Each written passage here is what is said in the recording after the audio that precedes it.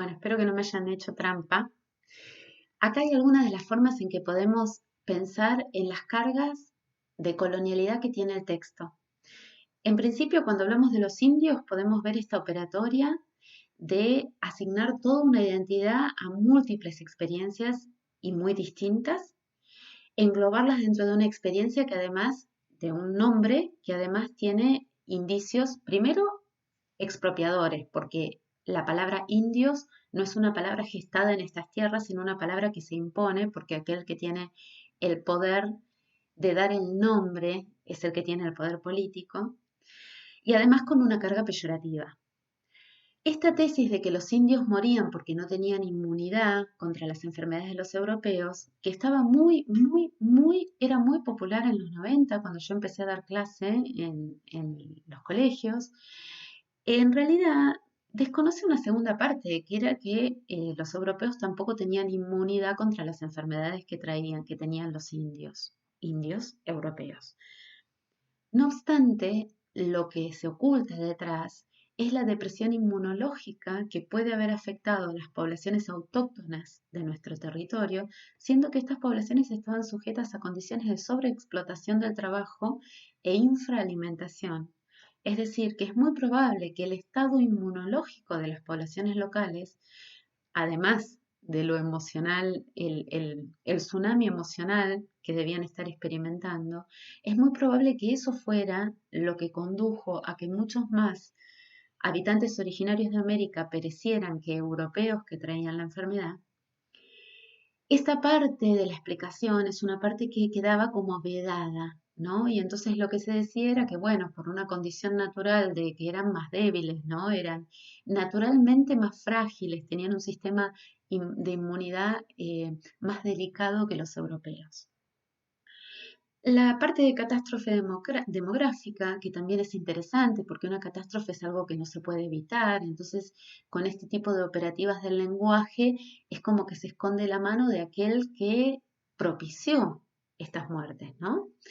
Para la población indígena, como si pudiera reunirse a todas las experiencias de vida de América en una, esto de resolver el problema de mano de obra, ¿no? Como si esto no fuera una desgracia para la humanidad, la pérdida de una vida, sino que tuviera que ver con un problema de gestión de la cuestión, ¿no? Este refugio tecnocrático para algo que en realidad tiene una connotación política.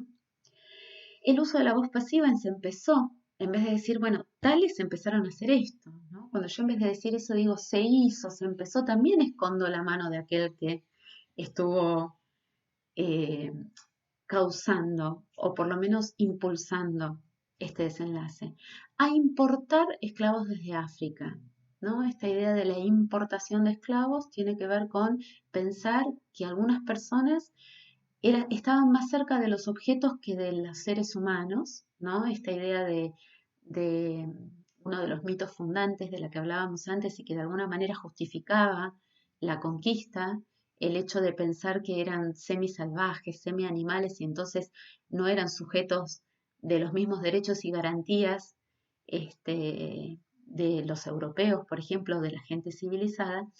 Y lo segundo es que, bueno, esclavos, muchos de ellos eran esclavos también en África, pero la mayoría se hacían esclavos en ese tránsito hacia América, ¿no? Entonces no era que eran esclavos anteriores, sino que el solo hecho de transportarlos como animales, encadenados, con poco espacio, hacinados, era lo que en ese mismo acto se transformaban en esclavos. Muy emparentada con la colonialidad del saber, está la colonialidad del ser que se le atribuye a Nelson Maldonado Torres, pero bueno, se me ocurrió tres cositas para que lo puedan ubicar más o menos. Uno es el cuadro de castas. Les sugiero que vayan a mirar qué son estos cuadros de castas y los vean cerquita porque se van a dar cuenta por qué lo incluyo en la colonialidad del ser. Esta anécdota de Frantz Fanon, del que ya hablé, el psiquiatra de Martinica, que fue a luchar para el ejército francés porque se sentía francés, pero que al momento del desfile a todos los negros les dicen que ellos no pueden desfilar. Y entonces en este momento, él se da cuenta de la forma en que esa identidad se bifurca, ¿no? Ya no es una identidad francesa, donde se empieza a notar la diferencia entre el francés, francés, y el francés esclavo, ¿no? Entre la misma diferencia que hay ahora cuando hay ciertas naciones europeas que han destruido algunos países africanos, cuando esas poblaciones de esas naciones vuelven a sus madrepatrias, ¿no? A golpear la puerta no les abren, porque hay lo que diría Said, una amnesia imperial, un desconocimiento de aquella primera relación que se estableció, ¿no? También les puse el ejemplo del libro de Juan Grabois. Yo no estoy del todo de acuerdo con Juan Grabois en muchas cuestiones. Sin embargo, compré este libro y sigo pensando que le ha puesto un buen título a una clase que todos reconocemos, pero que no sabemos muy bien cómo llamar: vulneradas, pobres, marginadas. Hay como diferentes intentos de hacer como una mirada de una cierta parte de la población que se identifica no solamente por rasgos negativos, sino también por positivos, pero que es, digamos que, significada por la mayor parte de los medios de comunicación y los formadores de conciencia como la clase peligrosa. La palabra peligrosa y cuídate porque viene por vos serían como los mecanismos que operan para definir ese ser que, además de tener que soportar un montón de condiciones de vida que son a veces infrahumanas, como por ejemplo no tener agua en la Villa 31 desde hace 6 días, además de tener que soportar estas cosas, es estigmatizada como una clase que hace peligrar mi propio bienestar y mi propio interés. Esto tendría que ver con la colonialidad del ser. Lo que les dejo acá para que lean tranquilos también aparece en este libro de Eduardo Galeano. Es muy interesante porque él trae del siglo XVIII y XIX algunos pensadores que se referían a los negros y a su inferioridad. No lo voy a leer con ustedes porque no tiene sentido, lo pueden leer solas y solos, pero sí quería mostrarles que estas personas, algunas tal vez las conozcan, a David Hume, a Montesquieu, es muy probable que los conozcan, eran personas respetadas, personas con autoridad. Me arriesgaría a decir que si no eran científicos, eran protocientíficos, digamos, eran las personas que escribían las cosas que se tomaban como verdaderas. Fíjense, por ejemplo, lo último. El cerebro de un negro adulto equivale al de un feto blanco de 7 meses. El desarrollo del cerebro se bloquea porque el cráneo del negro se cierra mucho antes que el cráneo del blanco. Esto no era una opinión de una persona, era una evidencia médica, fisiológica, científica. Por lo tanto, condicionaba el modo en que se podía pensar en el negro. El negro mismo, frente a esta evidencia, debía de última aceptar que tenía una condición natural de inferioridad, y el blanco se sentía en aquel lugar de justificación por tratarlo como algo que todavía no había llegado a cumplir en la escala evolutiva lo que era un blanco. ¿Sí? Creo que ese último es el que mejor captura cómo ha trabajado en nosotros la colonialidad del ser y del saber. Lo que les puse acá son algunas invitaciones a pensar. Hay un evento, el año pasado, Lino Villar Cataldo, médico, mata a un ladrón que estaba intentando llevarse su camioneta de la puerta de su casa. En lugar de tener un juicio tradicional, tiene un juicio conjurado, personas como ustedes y como yo, que lo declaran inocente, de alguna manera diciendo que el derecho a la propiedad y el derecho a la vida en ese caso serían prácticamente lo mismo. El otro episodio de Gabriela Kurk, que es una profesora que estuvo en el programa de Santiago del Moro, de ¿Quién quiere ser millonario?, es interesante. En ambos casos les mando un enlace, una nota para que lean un poco más y que vayan pensando también cómo se relaciona esto con la colonialidad del poder, del saber y la colonialidad del ser. Colonialidad del saber y colonialidad del ser. Y también les incluyo un pequeño gráfico con 3 medidas de cerebros y 3 fotos de mujeres que está en un sitio web hoy en Internet. Los actos escolares, que son, creo que si bien estamos empezando a cambiar nuestros relatos respecto de lo que pasó en 1492, en algunas prácticas escolares, como por ejemplo los actos, quedan como pegadito a la uña, ¿no? Todas estas cuestiones, y se sigue como propiciando, se le sigue dando continuidad a esa colonialidad del saber y del ser.